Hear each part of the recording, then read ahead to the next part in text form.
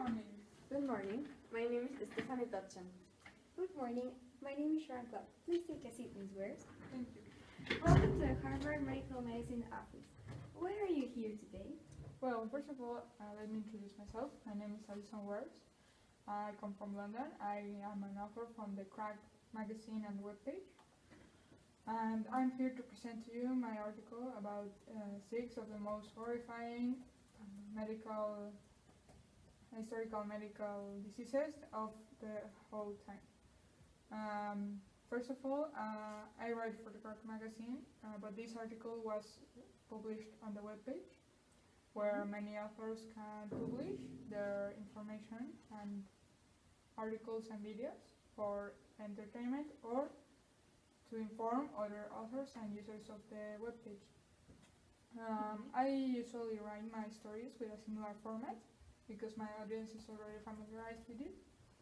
And also, the theme I like to write about is historical medical horror. And about this topic, I have written about 6 articles already published on the magazine, another 3 on the webpage. And this one is the one that has received the most popularity of all of them 10. And well, this is the format of this article. Well, their introduction, I wrote it with a brief paragraph on diseases, general diseases, and also on the historically uncommon ones. And then on the development, I made a list on 6 of the most horrible and bizarre diseases that I could find, and well, that they were the most disastrous for me. And well, on each of the points, I wrote brief paragraphs on the causes, the historical context of each one. And well, I didn't really make a conclusion for the article because I don't make conclusions for my articles. I like to make my audience to make their own opinion on them. Okay, thank you very much. We will call you back later after we analyze your text.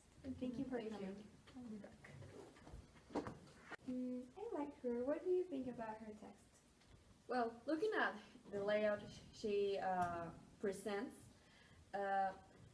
she uses plenty of pictures, and I infer that their main purpose is to give a graphic context of the article itself, as well as supporting some stylistic devices such as hyperbole and metonymy. For example, she states here that National Hotel Disease haunted 1850s Washington, D.C., in which she talks about an illness that killed part of the population from Washington, substituting that word of population with the state itself. Consequently, the reader might be allowed to understand more about the diseases by just looking at the pictures. Moving forward to the title, which is 6 nightmare historical diseases humanity forgot are possible. It follows a clickbait format due to the fact it uses a format that contains a number and hyperbole. The purpose that this has is that while the people are reading these other articles from this page, they might find them at the suggestion bar or something, and just by reading the title they might be hooked up. So analyzing the page itself, in contrast, it has a suggestion bar in which it has its social nets where the people can follow the page and find more articles. And at the end of the article, there is like a section for comments in which people can express their own opinion about what they have read, and this provides the author itself to have an idea of how her work has has been at, publishing that type of text. But what do you think about the other part of the layout, which is the subtitles? Okay. I agree with your point, and I believe that the subtitles, the small paragraphs, and the hyperlinks are an important part of the layout because they have been accustomed to make it an easy and fast read. The subtitles in bold and big letters can help the reader locate himself or herself easily throughout the text. I think that the small paragraphs also make it easier and more appealing to a reader if he or she wants to learn something but not in a tedious way. So it's like funner and it won't seem too long.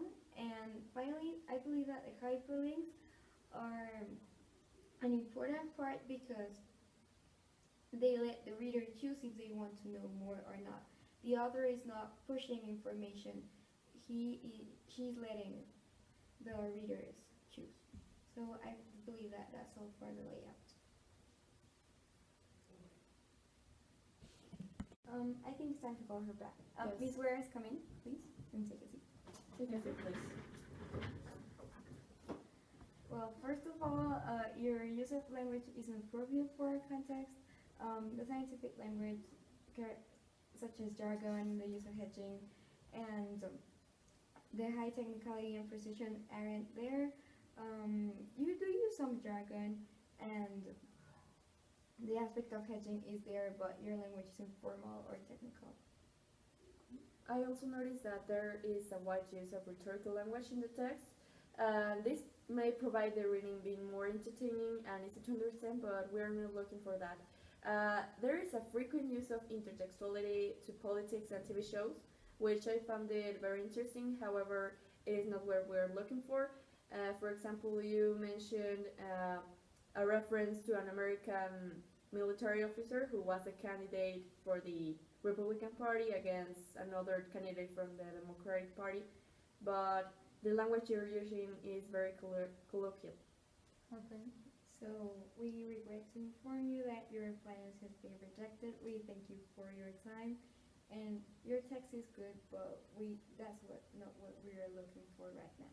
Okay, well, thank you very much. Have a nice day.